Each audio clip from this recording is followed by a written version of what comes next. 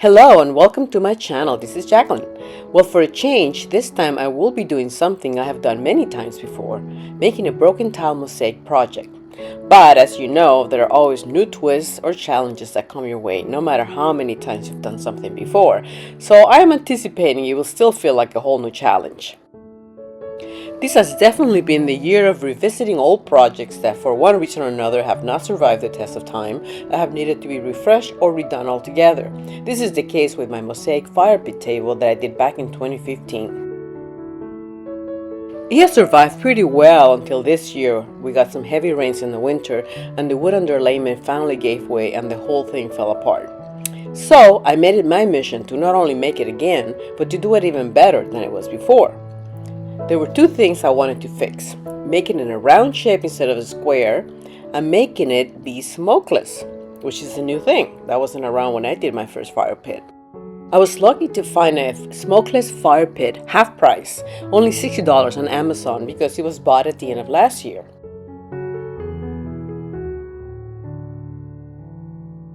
And my luck didn't end there.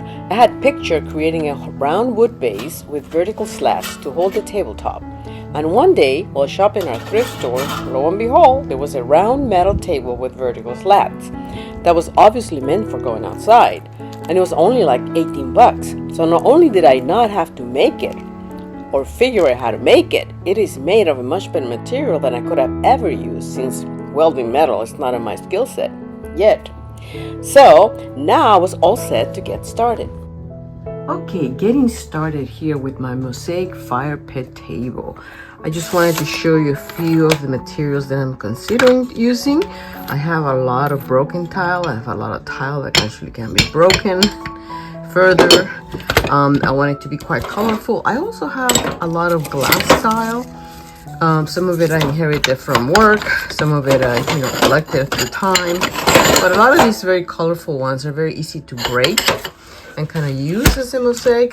I also have some leftover from my fireplace project that I did a long time ago. Of course, glass beads are always fun to use. This is a lot of the glass that I actually collected as samples that we got rid of on my last job. So I have a lot of that. The only thing is I have to figure out whether this breaks okay.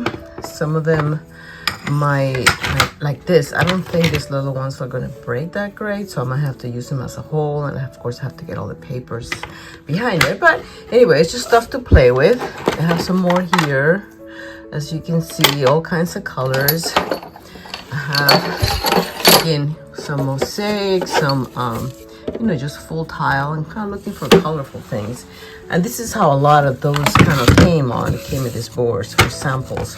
So they're easy to kind of wedge out. They're a little thicker than sometimes tile, so that's the other thing to be aware of when you're doing not that you can't, but if it's going to be a table and you want it to be fairly even, if you don't have things that are the same thickness, like this is almost there, you can always prop it up with extra mortar or something like that. But if you want to keep your life a little easier not to do that, of course, try to find materials that are about the same. Some of these glass ones, actually this porcelain, some of the glass ones are also thinner, some are thicker. So I have a lot of different things going on here. It all depends on the design. In terms of mortar, so I'm going to try to use what I have. This is a little bit of mosaic and glass tile mortar. Well, you want to make sure that it does say that it's for exterior as well, because that's always an issue. This one is made for glass because, as you can see, it's bright white and enhances the glass color. If you go with something gray, you're going to see gray behind the glass. So that's something to be very aware of when you use glass tile. Another little bit that I have is this porcelain tile mortar, which is polymer enriched, which is kind of nice. It means it's going to be a little stronger kind of for outside. So, and this one is gray, as you can see. So that might be better for the areas where I'm not using glass. But for the glass areas, if I care about that, we'll see how it looks, because some of these kind of have a backing. The other option is not to take the backing out, although this one has both. It has this paper, but you can see that it has a bit of a backing there. So actually, this will actually it's not completely transparent, so it might not be an issue. A lot of these it seemed to have some kind of backing, so super slick though. Again, it's just many of the things I'm gonna have to kind of figure out. Okay, I've organized a lot of the tile that I was thinking of using. I've got all my glass on this side, and then my tile on this side, and I did it by color. And I got a little bit more than this, but this is the ones that I thought I might want to use, because there's nothing like making a design and then figuring out, well, do I have enough of that color? So also knowing how much I have of each color will help me kind of determine the design that I'm going to end up with. I know it's going to have something kind of ocean and sun related, so I'm more interested in the blues and the oranges and the yellows. The grays and the browns I probably will not use, but it's good to know what's in front of you. Okay, so before we get into the fun part, we gotta make ourselves straight, and it's going to be a round table. I figure out one of 4 feet diameter table. So this is just a 1/4 inch plywood, and to that I'm going to attach my tile backer board. But because this is plywood and it's going to be outside, so I don't have the same issues I had that last time. I want to make sure I seal it as best as possible. Okay, the board has been painted with that sealer, really strong primer front and back. Now I gotta attach this tile. This one's called Go Board, and as you can see, it's a different size. So I have 2 pieces of this, so I need to cut it and piece it together and attach them together with screws.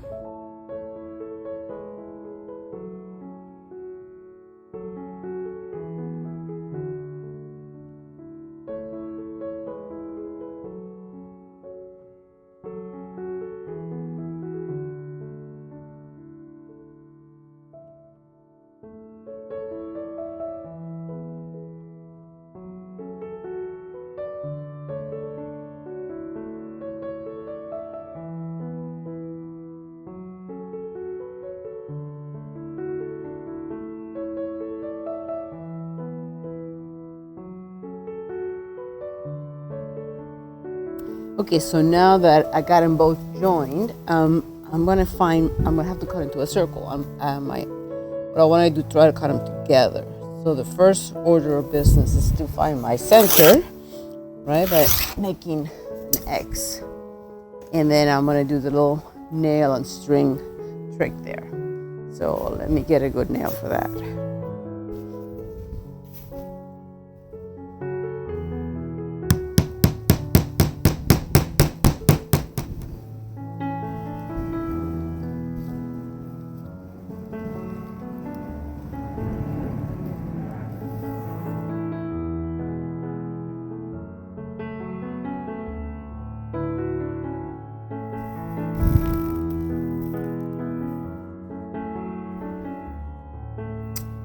Circle.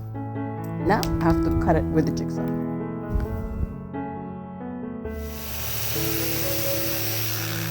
Okay, so I got my main 2 circles cut here. Now I'm going to go and sand them, but before I do that I have to make the interior circle. So let me show you what the plan is. Okay, now I gotta cut the interior circle. So I figured that's gonna be 19 and a half. So I'm gonna put my nail again. I'm sorry, 9 3/4. Make sure when I go around I hit those spots.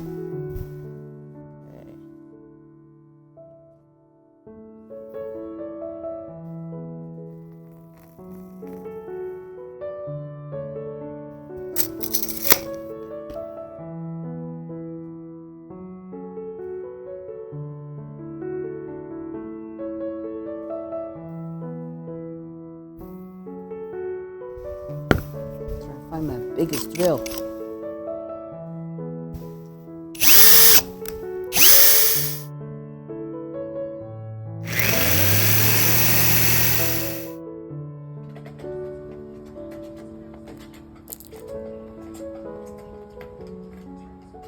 I went ahead and kind of make sure that I sand it all around, kind of correct some of my funky cuts. I also did the same thing on the inside. So now the next part is I'm going to put a scratch coat, what they call, of of thin set. I'm going to use this one, and that's going to be my scratch coat because, again, I want to make sure this is super waterproof and all that. We know the Go board is, but the plywood is not. Especially the parts that, like this part that was cut now, didn't have any of the primer that I put before. So that is my next step, is to put a thin set on the, especially on the, on the plywood side. But okay, I went ahead and mixed some right here, and it's about the consistency of like heavy duty peanut butter. And now I'm gonna spread it. I'll have a floater and this thing, and I'm gonna spread it all over the place very thinly. We don't need any thick layer here.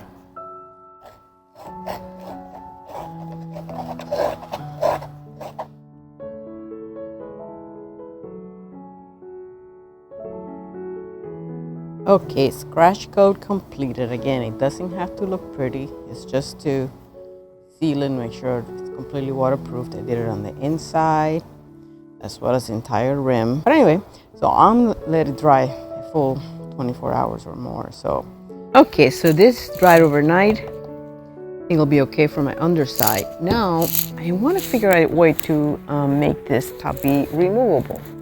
And I figured it'd be better to do this now before I tile the front. So this is the thought. The thought is to put some pieces of wood kind of alongside here. Since I have wood here, I know that I'll be able to screw things in. Just to kind of, when I go to put this in, it sort of fits, snug. Does that make sense? So I'm gonna see, I have a bunch of little scraps of wood that I can put all around. So let's try that out. Okay, so I went ahead and marked it up. These are all my little pieces of wood. So the idea is that they'll be attached like that everywhere. And I'll probably have to paint them too, because I don't want them to get destroyed with the weather.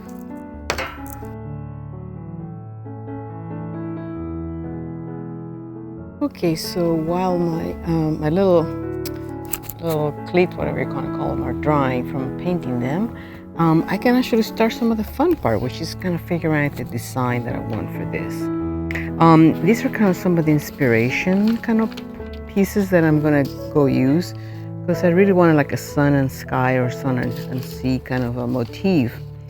And let me show you what I did last time, and kind of, because I'm sort of trying to kind of go with that, but maybe a little bit more improved. This is a leftover piece of what I did last time. You see how I basically made the spirals, which are my waves, with the marbles, and then I filled around it, kind of greens and blues, because in the center was the sun. Let me show you this. This is the cover that I did last time. The whole of the last fire pit was bigger, because it was a bigger fire pit. So this is the remnants when I cut out the circle. So since this has survived pretty much okay, I figured why not as well use it. So that was still going to be my sun, and then my ocean waves going to be all around. There's some little repairs. Some of the beads fell out, but I think I can repair that. The rest of it is not in bad shape at all. I sealed it and everything, and I used a good grout, so it survived pretty good, and it's pretty heavy. So, and also I even kept the cover of the old fire pit that I used, and that's what I used to kind of extinguish the fire when it's on. So what I'm going to do is kind of take into consideration where this is, because some of the time the lid will be on when it's not in use, and then when it's in use the lid will be off. Be good to know, where, so that I don't have a design that looks too cut off. I'm going to see if that works. But anyway, so that is the next thing, kind of figuring out my design. Okay, so I traced where that one ends, just for reference, where the lid would hit it. And then let me go ahead and figure out a design.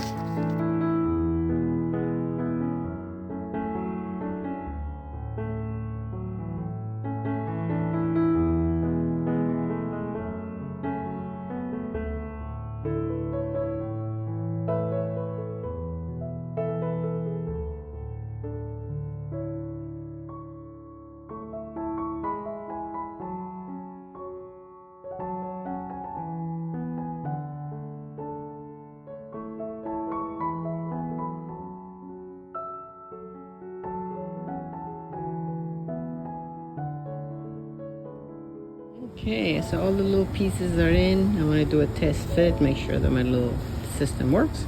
And tomorrow I can start tiling on the other side.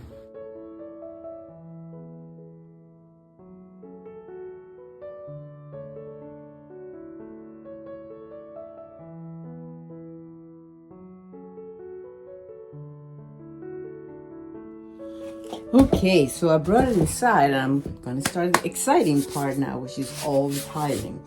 I think for starters, I'm gonna start doing the little, the beads that kind of designate my waves, and then kind of we're gonna take it from there. But yeah, so this is the fun part. Okay, so I finished doing all the marbles on all my little spirals.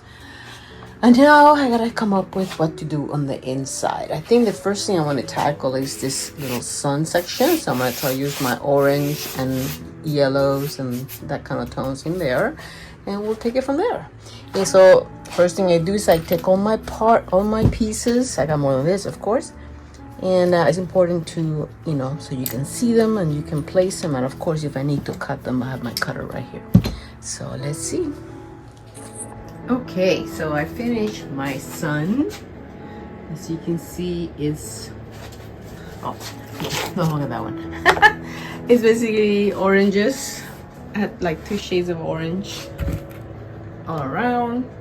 And now what I'm gonna do is I don't have a ton of yellow, but I think I want to put yellow next to it.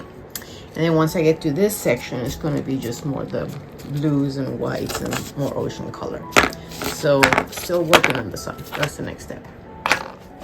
Okay, well, I used all the yellow that I had.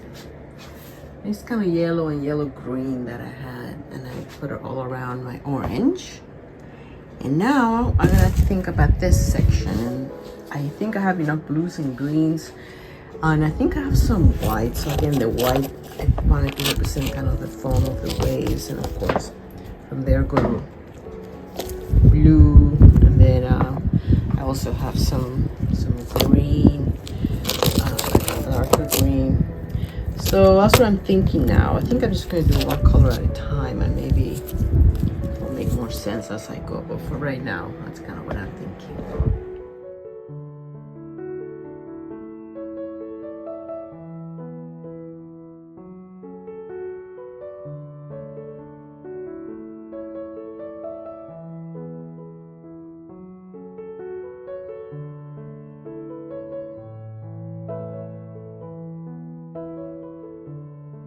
Okay, continuing on with our project here. I put all the white, and I think I'm going to attach this little guys. I just felt like it needed something else that wasn't just broken tile. Just another sort of geometric and I have a bunch of these, and again, like I said, I don't want to break this because I don't think they'll break very well, but I have enough in shades of blue where I can go around in different shades. And I don't mind that they're slightly different. So I think I'm gonna try that, and I'm making my job a little harder because now I'm gonna have to work tile around all those little crevices, but that's okay. That's what I signed up for. So I'm gonna wanna maybe measure how far off these are gonna go so that at least they look even all around. So let me do that first. Let me show you how to deal with this when you have leftover. Basically, you wanna use a flexible bucket, because you don't want to liquefy this and put it down your drain because you create a lot of problems. So basically, the next day, once it's all dried up, all the stuff that you weren't able to get to use, you're going to be able to crack it out of this. And for the bottom part, I'm just going to use a hammer. Let me do it outside because it's going to be messy. See, I just able to basically knock most of it off. And then, the stuff that's dried, I find that it basically stays there, so I'm able to make a new batch of mortar in this now. Okay, I'm gonna go ahead and measure, make sure these are all the same of the edge here. I'm gonna mark them, and hopefully that will work. Okay, so all the tile is in. It looks dirty because it's hard to be real clean.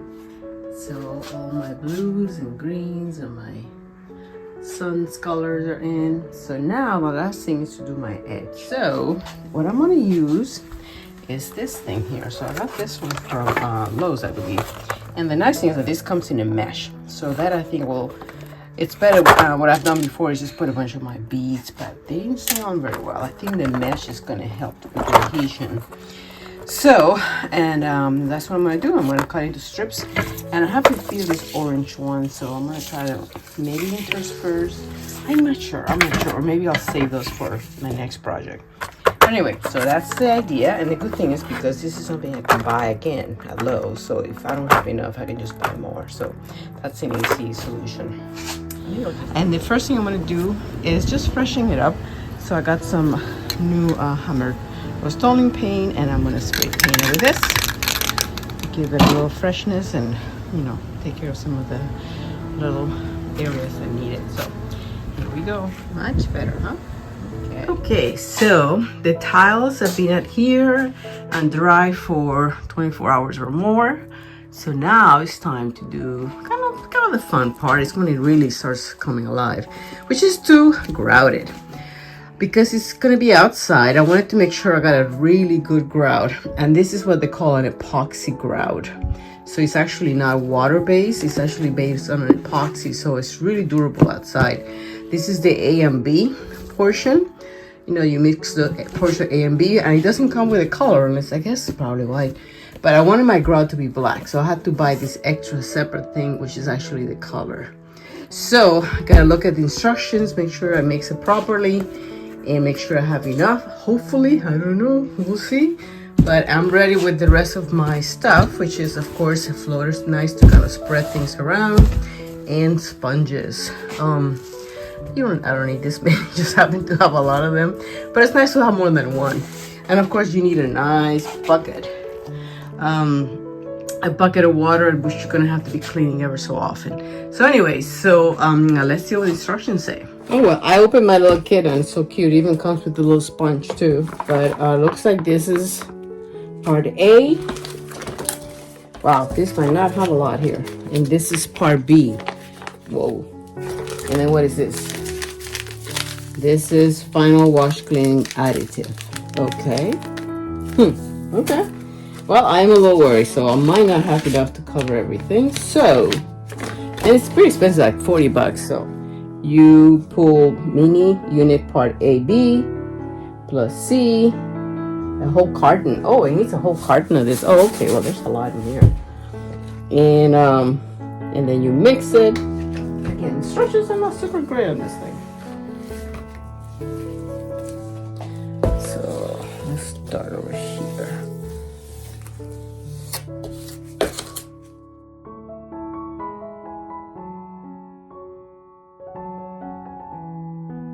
Okay, well, as I was afraid of, this didn't cover very much. I kind of went from here to here, which is maybe a third, and that's not everything because there's some areas that I couldn't get to. It just doesn't make that much, and it's like $40 for one thing, and I forget how much I pay for the color. So now I'm in this big kind of quandary. Do I just use the regular one that I have, and or do I order more? But the problem is that, you know, it's expensive and it took a long time to come too, so I'm not sure. For now though, I have to at least do it first cleaning, otherwise, and I think that's what this is for. You put it in the water when you clean it. It's gotta be it.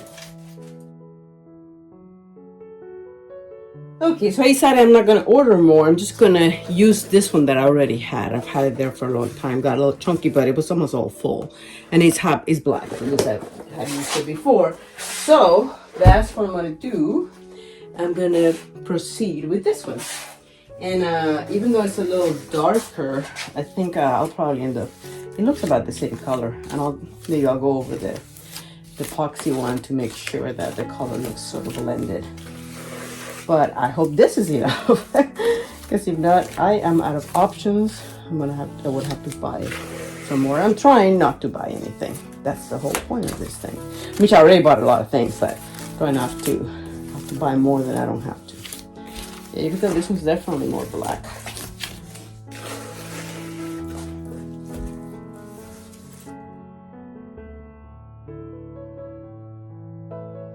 Well, it turns out that that other grout that I had, only a little part of it was okay. The rest was a complete dark chunk that I couldn't use at all. So, and it was black, and I sort of tried to haze it over this one, so it would kind of equalize the color. But I don't have enough grout now, so I sent my husband to get me. Hopefully, he'll find some black grout. I don't know if they have that at Lowe's, but because I still have to do the whole size, and this takes a lot more than you would think. So that's where we're at. I think I'm gonna have to buy grout after all. Okay, so this is grout number 3 that my husband was able to find on Lowe's. It's rapid setting, so I better work fast. But it's supposed to be, I don't know why it says grout replacement, but anyway, I hope this works. I haven't tried this particular product before. I mixed it up to get into the consistency of peanut butter, like a thick peanut butter. And now we're gonna start spreading it around.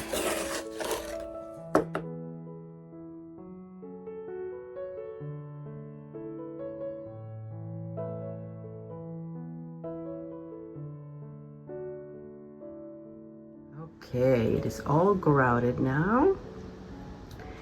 And I like to kind of wipe it probably a lot sooner than it really says in the instructions. They usually tell you to wait, but I get paranoid because I've had issues where you let it wait and then it's really hard to take it out.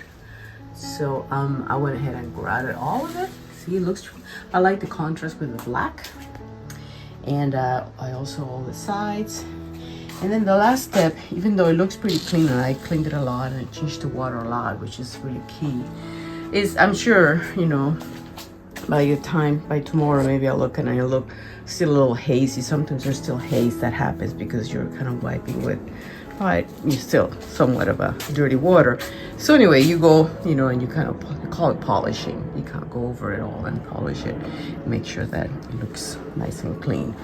And then after that, I'll put it in place. I may have to do some, I'm a little worried about this because last time I tried it on, the fit was super tight. So I'm a little worried about that, but we'll see. If need be, I may have to, you know, sand something down or something.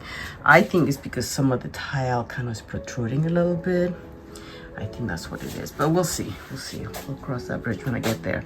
And then after that, I'm gonna let it set in the sun for probably maybe a week or so, and then put some grout sealer. Technically, this last grout that we got says that it doesn't need sealing, but again, I'm a little paranoid. I don't trust it, so I'm gonna go ahead and seal it because it says it doesn't. You can still seal it. It's just that it doesn't need it. They don't require it, but I'll do it just to make sure. So that's it. This project is almost done.